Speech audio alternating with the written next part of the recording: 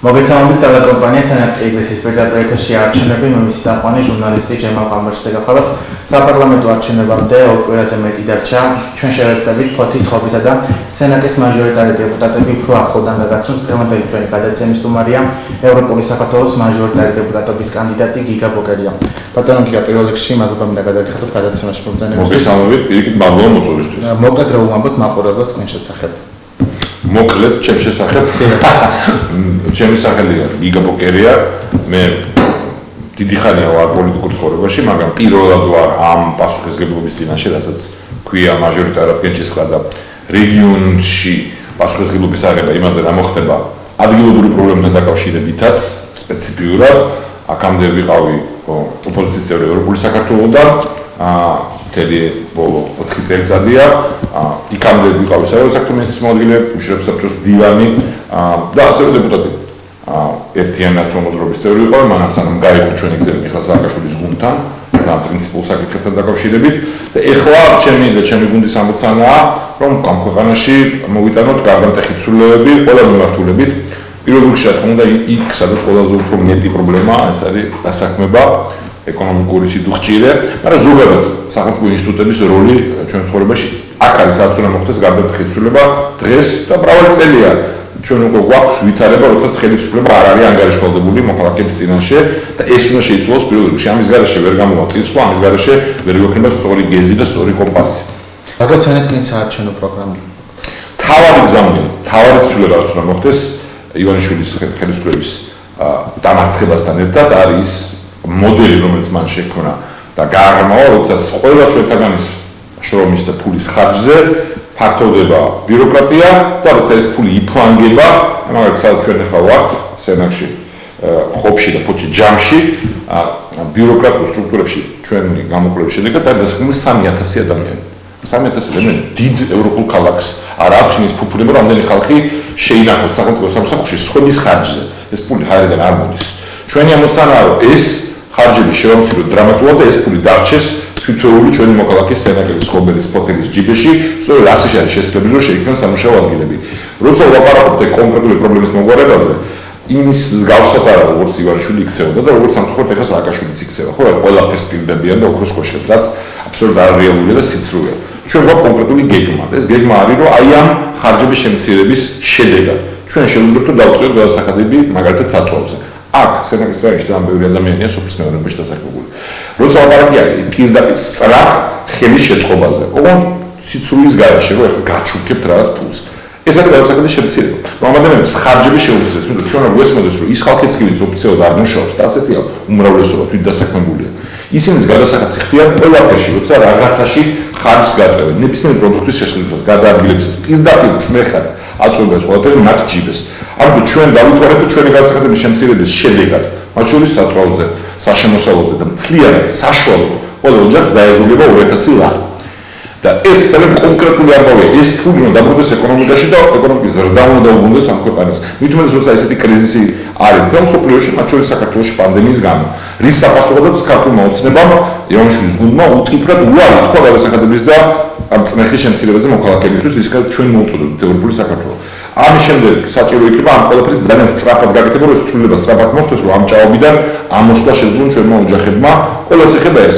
უფრო შეძლებულებს ჩემი სახით, ჩემი დეპუტატის ხელფასის გამო საშუალებას და გაჭირებულებს, რომელიც სამწუხაროდ უმრავლესობა. ყველას უნდა შეუმცირდეს ხარჯები გადასახადის შემცირების შედეგად. ეს ერთი. მეორე, არის გაჭირებულების მთელი ჯგუფი, რომელიც დღეს სწრაფად სამუშაოს ვერ იშოვიან, თუ ეს სწრაფად წინსვლა ვერ ხდება. ეს არის პენსიონერები, ხანშესული ხალხი, დევნილები, მათი მნიშვნელოვანი ნაწილი ყველას არ ეხება ეს, მაგრამ იქ არსებობს რეზერვი ჩვენი დათვლებით და ჩვენი გეგმით ბიუჯეტში, აი ამ მაგნემური და უსაგრებლო ხარჯების შემცირების შედეგად მათი დახმარების გავორმაგების კონკრეტული კალკულაცია გვაქვს 2 მილიარდზე მეტი უნდა შემცირდეს და ამის შედეგად უნდა დაიწიოს გადასახადები როგორც გითხარით, ხოლო პენსიონერებს და დაჯერებულ ხალხს უნდა გავორმაგდეს დახმარება. და ბოლოს ძალიან არ გამიგზავნოს, როცა ადგილობრივი საკითხებზე მადლობა. როცა ლაპარაკობთ ადგილობრივ პრობლემებზე, ხო, კითხვები ყოველთვის არის, როგორ უნდა შეიქმნას სამუშაო ადგილები. პირველი არის ესაც მოგახსენებთ, ფულის დატოვება ეკონომიკაში ადამიანების ჯიბეში, რომ ასე არის, როდესაც ადამიანები შეძლებენ თავისი შრომით დადგენ ფეხზე. მეორე საკითხი არის კონკრეტული თემები. მაგალითად, როცა სოფლის მეურნეობაზე ვსაუბრობთ, ხო, ჩვენი ამოცანა უნდა იყოს იმ საერთაშორისო ბაზრების დაპყრობა არა რუსეთის ბაზრებს, რომელიც პრობლემატურია, სადაც ფასები მაინც უფრო დაბალია, არამედ ევროპული, სადაც არის მეტი დოლარი და სადაც რომელსაც გასვლა მისცემს შესაძლებლობას იმ ხალხის სამსახმეში არის რეალურად გაიზარდოს შემოსავლები. აი აქ ინფრასტრუქტურაზე როცა საუბარი მთავრობას აქვს როლი. მაგალითად, როცა აქვე არის ქუთაისის აეროპორტი, იქ ამდენი წელია ჩვენ ეს აეროპორტი გიორგი კანდელაკის ევროპული საქართველოს ერთ-ერთი ლიდერის იდეა იყო, მისი ლობირებით გაკეთდა წინა ხელისუფლების დროს. მაგრამ ეხლა კონკრეტული საკითხი, საკუთრო ტერმინალი, რომელიც მიცემს საშუალებას ყველას, ვინც ამ ბიზნესში არის, ვინც სიმინს ყიდულობს ადამიანებისგან ამ რაიონში. ვისაც უნდა რომ ეს ბიზნესი კონდეს, რომ იაფად, არსებითად უფრო იაფად შანსი ქონდეს ტრანსპორტირების სამსახურის ევროპაში, მაგალითად. მე ხო ლაპარაკობ იმაზე რა ბიზნეს გეგმა მაქვს, მე ეს არის მთავრობის საქმე. ან მთავრობის საქმეა ესეთი ინფრასტრუქტურა შექმნას, რომ აი ამ საკითხში შემოსავლები შემოვიდეს ხალხში. თუ ეკონომიკა არ ამუშავება მთლიანად ქვეყანაში, თუ კერძოდ ამ რეგიონში ჩვენთან სენაკში, ხობში და ფოთში არ გამოჩნდა ბიზნესი და არ იქნა ის პირობები შექმნა, რომ ადამიანს მეტი ფული რჩება, ეს ფული ხარჯავს. შეუძლებელი იქნება გარდამტეხი ცვლილების გატარება, რაც არის ჩვენი ევროპული საქართველოს ამოცანა. აქ ვარ ჩვენ და ყველა ვიცის, რომ აქ არის კურორტი ნენჯი, რომელზეც ყველა საუბრობს, რომ აქვს ბუნებრივი პირობები იმისთვის, რომ განვითარდეს და იქ ადამიანები დასახლდნენ და კიდევ ერთი ცენტრი იყოს, რომ დოვლათი დარჩეს ამ რაიონში. მაგრამ თუ ზოგადად ეკონომიკური ვითარება არ გადაწყდა, თუ ინფრასტრუქტურა ინფორმაცია არ არის, რომ ეს ყველაფერი ამუშავდეს, ეს შეუძლებელი იქნება. აი როცა მთავრობა შეძლებს, რომ ქვეყანაში დოვლათის დაგროვება დაბრუნდეს და სიმდიდრის ზრდა დაიწყოს და სიღარიბის შემცირება, მაშინ უკვე ჩვენ შევძლებთ კონკრეტული ტურისტული მარშრუტებში მანჯის ჩასვლას, ჩვენ რა ქვეყანა, არა მთავრობა, არამედ ის სააგენტოები, რომელთაც ახლა დაყავს ტურისტები თბილისში, ბათუმში, ზოგი წყალტუბოში, ნესტიაში და აქაც შეიძლება ეს ცენტრი გაჩნდეს, თუ ფორმაში არის ქვეყანა, თუ წინ სვლა გვაქვს, თუ ეს ცვლილება მოხდა. აი ეს არის ხედვა რა ჩვენ გვაქვს. არის სპეციფიკური ადგილობრივი პრობლემები, ახლა მე სენაკში ვარ, მაგრამ აი ფოთში მაგალითად ახლა ინფრასტრუქტურა პრობლემების ძირითადად რა პრობლემებია სამი მუნიციპალიტეტში, რა პრობლემებია ძირითადად? პლანო ადამიანების ფულის, რაც გითხარით. ანუ იმ ფულის პლანო, რომელიც რეალურად მორჩებოდეს ადამიანების ჯიბეში. იმიტომ ეს ბიუროკრატია და მე პერსონებს კი არ ვეხები, მიდგომაა ივანიშვილის. არის მხოლოდ იმისთვის არსებობს მათი მნიშვნელოვანი ნაწილი, რომ არჩევნებზე დაუჭირო მხარი. მეტი არაფერი. და ეს ფული მორჩებოდეს ჰოტელების, ხობელების, სენაკელების ჯიბეში. ერთი, მეორე, საერთოდ რა თქმა უნდა ინფრასტრუქტურა ფოთში საერთოდ დრამატული ვითარებაა. გზები ისეთ მდგომარეობაშია, რომ სიცხვილი არის ასეთ საკვანძო საპორტო ქალაქში, ეს რო ასე იყოს. სენაკსაც შეეხება სპეციფიკურად აქ სოფლებში დავდივარ, არის ბევრი ადგილი ჯერ კიდევ სადაც გაზი ამდენი წელია დაპირებული იყო არ არის მიყვანილი. აი ესეც რაც თავის ფუნქციაა. რაც შეუმსუბუქებდა წნეხს და ხარჯებს მოქალაქეებს ასეთი გაჭირვების დროს. ეს არის ის ვითარება, ზოგადად დამოკიდებულება. მე ვთვლი, რომ პასუხისმგებლობა ცენტრიდან უნდა წამოვიდეს ადგილზე და ეს იყო ერთ-ერთი საკითხი, რომელიც ვერ გადაწყვეტა წინა ხელისუფლების დროს და ამ ხელისუფლების დროს საერთოდ ამ მიმართულებით ფიქრიც არ ყოფილა. სენაკელები, ხობელები, ფოთლები რეალურად უნდა ირჩევდნენ თვითმმართველობას, ანუ ფული, რომელიც აქ იქნება ადამიანების შრომით, მისი მნიშვნელოვანი რჩებოდეს ადგილზე, არ უნდა იყოს თბილისის კეთილ ნებაზე დამოკიდებული და იქ ვინც იქნება მთავრობაში. რეალური ძალაუფლება აქაურ თვითმმართველობას ჰქონდეს და ის თავს გრძნობს ანგარიშვალდებულად აქაური მოქალაქეების, სენაკელების, ხობელების, ფოთლების მიმართ. სამართალდამცავ ორგანოებში, სადაც ჩვენ გარდატეხი ცვლილებები უნდა მოვახდინოთ, ერთის მხრივ კრიმინალის ზრდა შევაჩეროთ, რომელიც ივანიშვილის რეჟიმის მოსვლის შემდეგ აშკარა არის და ნელ-ნელა სახიფათო ზღვარს უახლოვდება და მეორე მხრივ კონდეს რეალურად თავისუფალი სასამართლო, რომელიც არც წინა ხელისუფლების დროს როცა ჩვენ ვიყავით, არც ეხლა ხო საერთოდ არ არსებობს. ეს ბოლო სკანდალური ამბავი ამ ორი სინდისის პატრონის დაკავების თაობაზე, ივერი მელაშვილის და ნატალი ილიჩოვას გულისხმობა არის ამის მაგალითი. ამიტომ ჩვენ ვთვლით, რომ პოლიციის უფროსი უნდა იყოს არჩეული ქალაქში. ჩვენ უნდა შემოვიღოთ ნაფიცარ ჯუნტას სასამართლო, ჩვენ უნდა გქონდეს ადგილობრივ საქმეებზე ადგილობრივი არჩევითი მოსამართლე. ძალაუფლება რეალურად რომ მოქალაქეებს ჰქონდეთ სენაკში, ხობში და ფოთში და ყველგან საქართველოში ეს გარდამტეხი ცვლილებები არის საჭირო აუცილებლად. როგორ შეფასებთ წინასაარჩევნო გარემოს სამეგრელოს მუნიციპალიტეტში? მე მგონი აქ არის ის ვითარება წარდგენილ საქართველოში.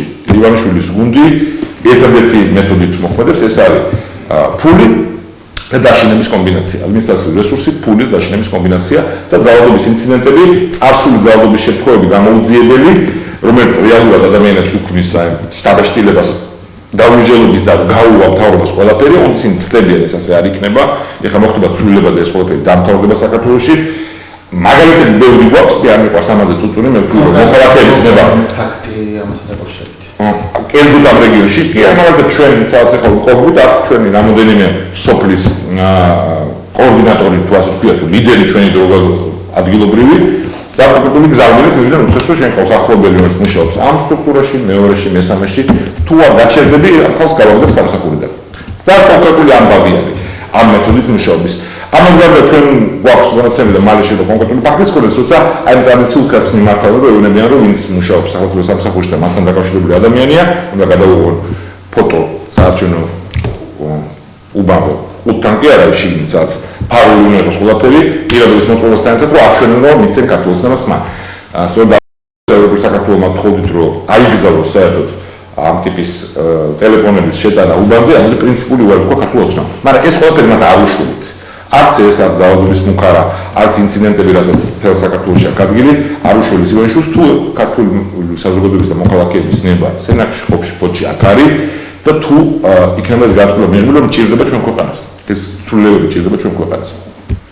რატომ უნდა დავუჭიროს ხარი ამ რჩევებმა ევროპულ საქართველოს კარგად თქვენს კანდიდატს? სწორედ იმიტომ რომ ჩვენ გადაწყვეტილი გვაქვს რომ ეს გარდათ ახლა მოვახდინოთ და ივანიშვილი ხო არის აწყო რომელიც კატასტროფას გვიქადის ჭაობს და წიგველი ძალიან დიდი პრობლემები ესენი დარჩებიან ხელისუფლებაში იმიტომ არაფრის შეცვლას არ აპირებენ და ამას უტიფრად ამბობენ ჩვენ ყავს სხვა ოპოზიციური ჯგუფები ნაციონალურობა სააკაშვილი მაგალითად ჩვენი ყოფილი თანაგუნდელები რომელმაც ვერ გამოიტანეს ის დასკვნები წარსულიდან რაც ჩვენი აზრით უნდა გამოიტანა პასუხისმგებლობის მქონე პოლიტიკურ ძალას და ისე 2012 წლამდე ვითარებაში დაბრუნება უნდა რაც არაფერს არ მოგიტანს ევროპულ საქართველოს სულს წინ ყურება და აი ეს გარდატეხი ცვლილებები შემცირება ბიუროკრატიული ხარჯების დრამატულად ამ ფულის დატოვება ადამიანების ჯიბეში ისე რომ როგორც უკვე გითხარით საშუალოდ 2000 ლარი დაეჟღოს გადასახადების შემცირებით ყველა ოჯახს რეალურად თვითმმართველობის რეფორმა რომ ანგარიშვალდებულება მივიდეს მოქალაქეებამდე გაორმაგება დახმარების იმათვისაც ყველაზე უფრო უჭირს პენსიონერებს პირველ რიგში ანუ რეალურად შეცვლა თამაშის წესების აი ეს გარდატეხი ცვლილება რაც შეუძლია მოიტანოს ამ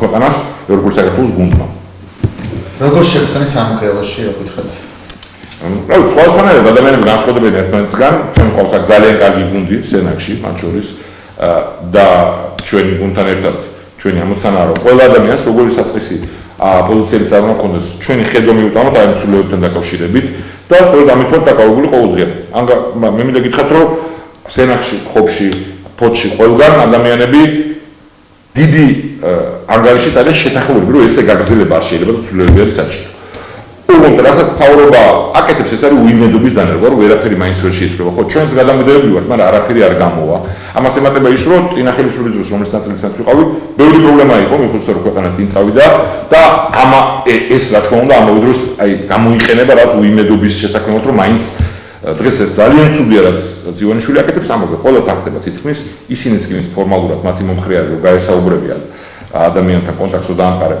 გეთანხმებიან ამაში აი მე რიცხება უიმედო რომ შეიძლება თუ არ რამე და პანდემიის საფრთხის გამოყენება ხდება რომ აი არეულობა არ გვინდა რაც აბსოლუტურად მესმის და ეს უნდა გადავტეხოთ ჩვენ აქ უნდა მოხდეს სრულება და საბოლოოში სადაც შანსი გვაქვს რომ ამ ტიპის საუბარი გქონდეს ჩვეულებრივ ადამიანებთან ჩვეულებრივ ოჯახებთან ყველგან ძალიან კაფიო აღქმა არის მისი რამხელა საჭიროება ამ სრულებების ამიტომ მე იმედი მაქვს რომ აი ამ ჩვენს გზავნილს და ჩვენ კონკრეტულ გეგმას ვალდებულებებს ან ჩვენ ხელშეკრულებას რომელსაც ყველა მოქალაქეს სენაკში ხობში და ფოთში ჩვენ ვაძლევთ ყველა დაუთმობს დროს და ნახავს რომ ჩვენ არ გვაქვს ივანიშვილივით ოქროს კოშკების დაპირება სიცრუე და მე უტიფრად გადაგდების ამბავი რაც ყველა ვნახეთ არ გვაქვს წარსულში ყურება როგორც სააკაშვილების გარემოცო სააქრო რაღაცა იყო და აი ჩვენ იქ უნდა დაუბრუნდეთ ეს არაფერს არ მოუტანს ქვეყანას ჩვენ გვაქვს კონკრეტული გეგმა ძალიან რა უნდა ვქნათ იმისთვის რომ ადამიანებს ნაბიჯ მიეცათ შანსი საკუთარი შრომით მოიპოვონ კეთილდღეობა და როგორ დავახმაროთ იმათ ვისაც უჭირს და როგორ გავხადოთ თავრობა აქ სენაკში თელ საქართველოში ანგარიშვალდებული რეალურად მოქალაქეების მიმართ როგორ ფიქრობთ ამ გადაუხდის შანსი გახდეთ ფოთის ხობეთ და სენაკის ეს დამოკიდებული არის ჩვენ მოქალაქეებზე მათ ნებაზეა დამოკიდებული თუ ჩვენ შევძლებთ დარჩენილ დროშიც აი ამ ჩვენი გზავნილი სრულების შესახებ მიტანას რაც შეიძლება მეტ მოქალაქესთან მე იმედი მაქვს რომ ისინი ამას შეხვდებიან ძალიან საღად როგორც კონკრეტულ გეგმას და არა სადღეგრძელოებს რომელიც უფრაზე კარგია ჩვენი ტრადიციის ნაწილია მაგრამ ამ საქმეში უნდა იყოს კონკრეტული გათვლა რა გეზი და რა კომპასი და რა სრულება გინდა განახორციელო და ასეთი გეგმა ევროპულ საქართველოს ბონჩორის მეც აქ სენაკელებისთვის, ხობელებისთვის და ჰოთელებისთვის ჩვენ საერთოდ ხელოვნური წურება და რა შეგიძლიათ დაამატოთ მე მინდა მადლობა გითხრათ თქვენ მოწვევისთვის მინდა რომ ვისარგებლო ამ ეთერით და სენაკელებს პირველ რიგში უსურო სწრაფი და გარდამტეხი ცვლილებები ამ არჩევნების შემდეგ რომელიც თელ ჩვენ ქვეყანაში ჭირდება და მათ როგორც ძალიან მშრომელ ადამიანებს რომელიც ყველა სცენაში ნაყოფია და გაიგებს ნახავს როგორი კარმი გამოვა ყველას და ამაში ჩანს დამოკიდებულება ნამდვილი ევროპული საქართველოსი ამ ნაწილში როგორ პატისცემენ საკუთარ თავს, საკუთარ გარემოსაც ჩვენ მჭირდება ქვეყანა, სადაც ადამიანებს აქვს პასუხისმგებლობა და შანსი რომ საკუთარი შრომით, აი ამ დამოკიდებულებით, რასაც სცენაში ნახავთ ყველგან, მოიპოვონ საკუთარი ოჯახებისთვის, საკუთარი შვილებისთვის კეთილდღეობა. და ევროპული საქართველოს ამოცანა არის ეს გარდამტეხი ცვლილებები და მინდა უსურვო მაგ ეს ამ გზაზე დადგომა მთელ საქართველოსთან ერთად ამ არჩევნების შემდეგ. ცვლილებების გზაზე, წინსვლის გზაზე. დიდი მადლობა. მადლობა თქვენ. ეს იყო გადაცემა არჩევნები და ჩვენ დღევანდელი გადაცემის სტუმარი გახდათ გიდა ბოკერია.